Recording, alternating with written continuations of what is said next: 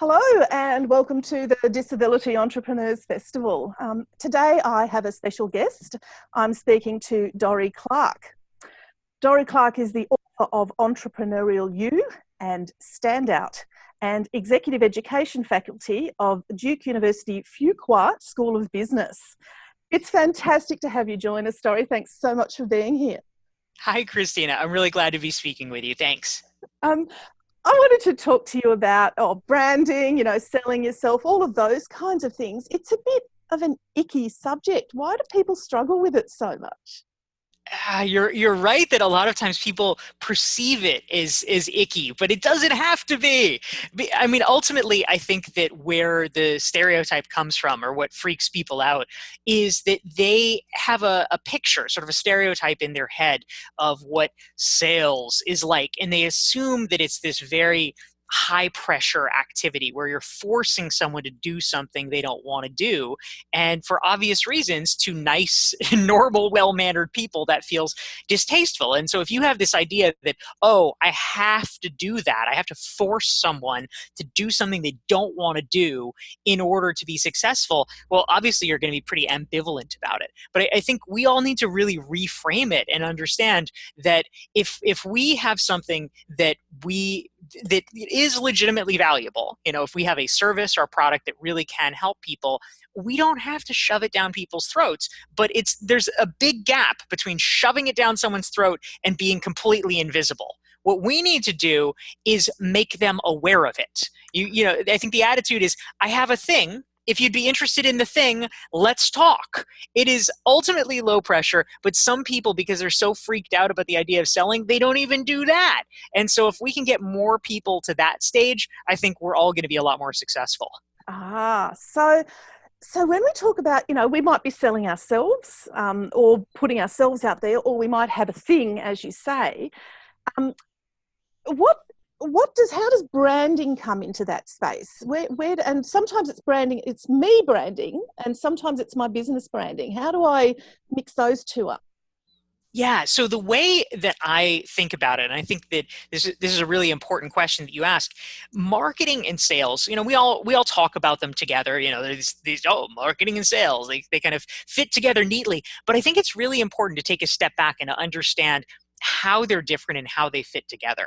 And the great part about marketing, which is basically building your brand, right? It's how do you get people aware of you? They know who you are, they've heard of you, they may even want to seek you out.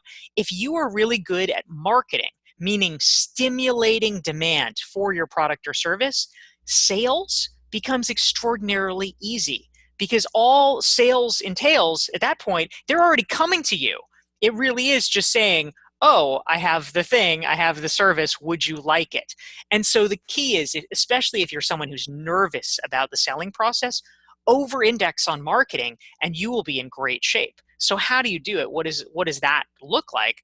Well, it means, and you, of course, are a participant in my Recognized Expert course, so you know this well. But there's three key Just a things that brief we all note to can do. people, it's a fabulous course.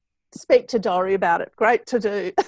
Oh, thank you. Thanks, Christina. Yeah. Yeah, you are a wonderful part of the community, so Yep. I appreciate that. But the three key things, the three key elements of becoming a recognized expert are content creation. So creating content in whatever form. It could be online interviews like this. It could be giving speeches. It could be blogging. But somehow it's making people aware of your ideas so that they know, oh, this Christina, she's pretty smart. I like how she thinks. Let me work with her more. Number two is social proof, which is basically a term from psychology. It means, what is your credibility in the marketplace? Why should people take you seriously? And there's a lot of great ways that you can telegraph social proof. So it could be a list of clients that you've worked with before. It could be publications that you've written for or been interviewed in. It could be that you have a leadership role with a professional association. But it's just basically showing people, hey, I'm a credible person. I'm not a fly-by-night person. I know what I'm talking about. And you signal that so they're more willing to listen. And then third and finally, it's your network, because oftentimes, we all know we get business from referrals. And if you have your network talking you up, it really accelerates your growth. So if you work on those things, it drives your marketing, it drives your brand, and it makes selling easy. Ah. That sounds like an awful lot of work to be doing. If I'm just getting started in my business, or I'm struggling and I've suddenly realised, oh hey, Dori's onto something here, I'll listen to what she's advising. That's a huge amount I literally could be doing nothing else with my time except those three things. How do I map it out to make it work for me? Well, I'll tell you one thing, Christina, that I did. I'm a big fan of trying to kill multiple birds with one stone, and so relatively early on in my business career, I knew that something that would be very important in terms of my credibility, in terms of my social proof, would be writing for high-profile publications. I figured that if I had some blogs or some magazines that I wrote for that people had heard of, they would take me more seriously, which I think was true and still is true. And so I realized, oh, wait a minute. Okay, so if I work my way up into writing for these publications, if I can then so writing for the publication itself gives me social proof because I now have, the logo on my website. I can now say in my bio, I write for this publication. Great. If I interview someone for that piece, that's actually a form of networking. That's a reason that I can reach out to somebody where they're going to welcome my invitation. Oh, yes, please do write about me in this high profile publication. So I'm building my network. They now know who I am and like me. And then also, of course, it is a form of content creation because people read the article that you wrote about that topic. And even if you're primarily featuring someone else, they impute a kind of knowledge to you about it because you're writing it and you're creating it. So that's one activity that I did that helped across the board. And there's other ways that we can begin to think about that, how you can brand build efficiently. Yeah. So in some ways it's quite a strategic thing. And I guess what I'm aware of is a lot of the entrepreneurs or the people who are employing themselves do is they kind of roll along organically without being really conscious that they're doing one or the other, or maybe even all three at the same time. So should we be putting strategies in place? Should we be mapping ourselves out so we know that we are progressing all three of those pillars? I am always a fan of being strategic about these things because I think there is a common tendency, when people come to me, potential coaching clients or whatever, and if they are in a place where they're kind of frustrated, sometimes people will say, I've been trying to do this for years. I've been trying to build my brand and it's not working. It's not going anywhere.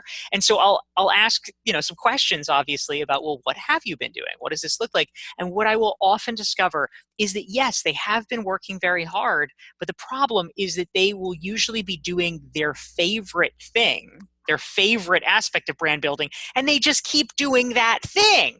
And that is great. I mean, it's not like wasting time the way that playing a video game is wasting time. But unfortunately, when it comes to building an expert reputation, becoming a recognized expert in your field, you need all three. You need the holistic ecosystem. So if all you do is networking, that's wonderful. You may know everyone. They may all love you. But at the end of the day, they're like, wait, Christina, oh, she's so amazing. She's so wonderful. Wait, what does she do again? Like they might not literally have any idea what to refer you for if you haven't created content about it. They're just like, oh, she's a nice person, but that doesn't get you any business. So you have to do the different pieces. So being strategic in that way, I think really is pretty helpful. In fact, it's interesting you mentioned that because I've had the similar thing with some of my coaching clients where it's almost like they're sitting there waiting for the world to notice them rather than telling people, hey, I exist and this is what I do. How do people know what you're thinking? Well, they don't. They don't. Absolutely. Yeah. It's so true.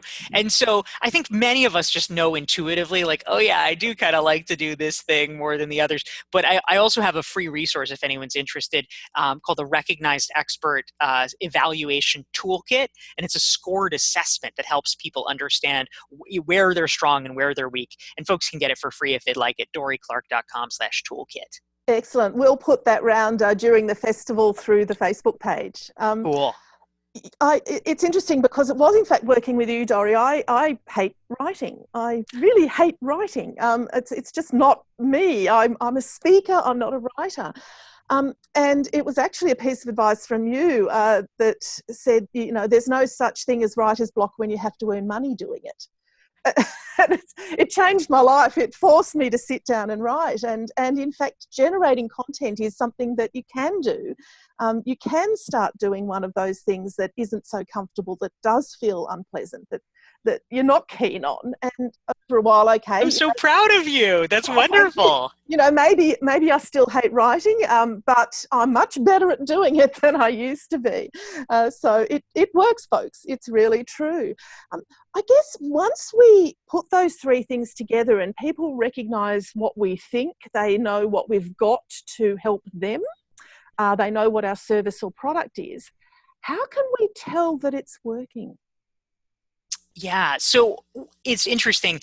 Over the years, as I've worked with a variety of different people in terms of my coaching work and in terms of the recognized expert community, in many ways, early on, I think it's hard for people to sort of identify exactly what the metrics are, or what they're looking for. But what I've come to really understand is that the ultimate success metric, the thing that really most people want, is what I call an unsolicited inbound inquiry.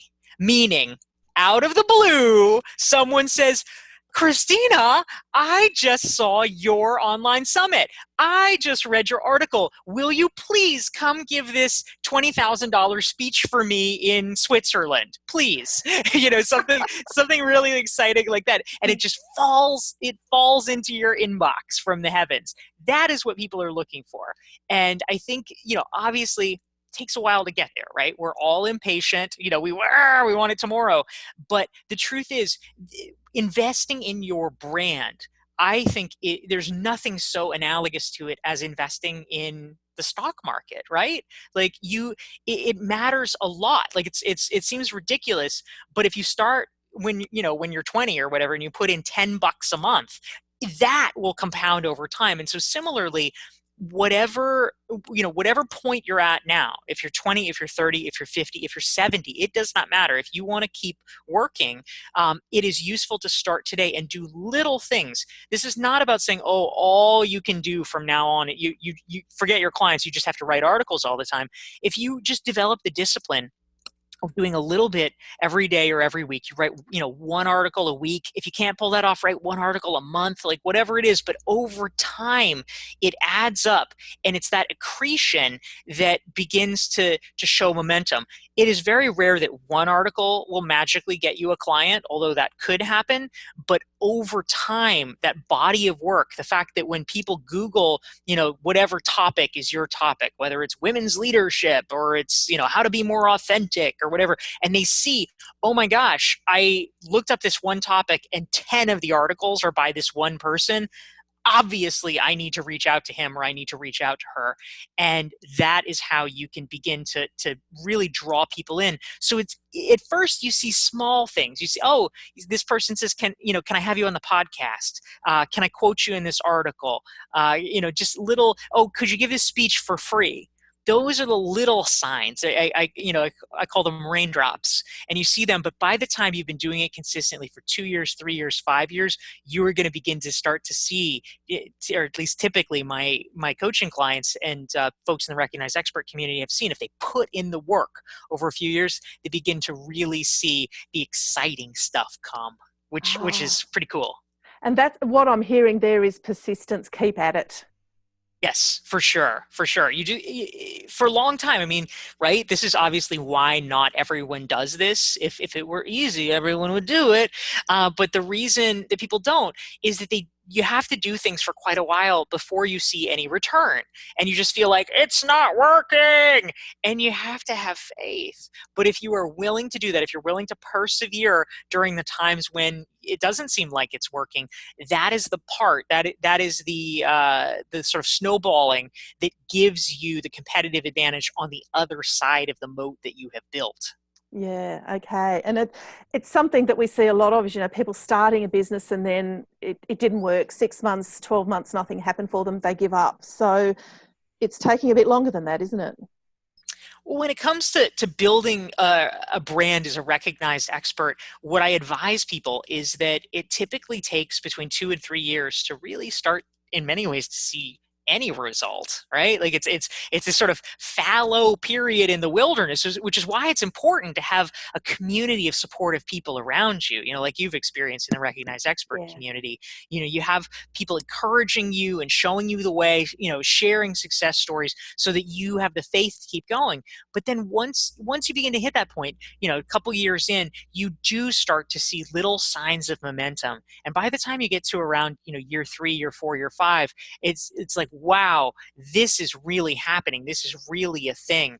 But you have to have put in that legwork that separates you from everybody else. I mean, anybody can, just do something for 3 months, but this is about playing the long game. Yeah, fantastic. We're pretty much out of time, Dory Clark. I always like to ask people I interview one final question. Who's a leader you admire and why? Oh, fantastic. Well, I will say a leader that I admire. You may be familiar with Marshall Goldsmith, who is a well-known executive coach.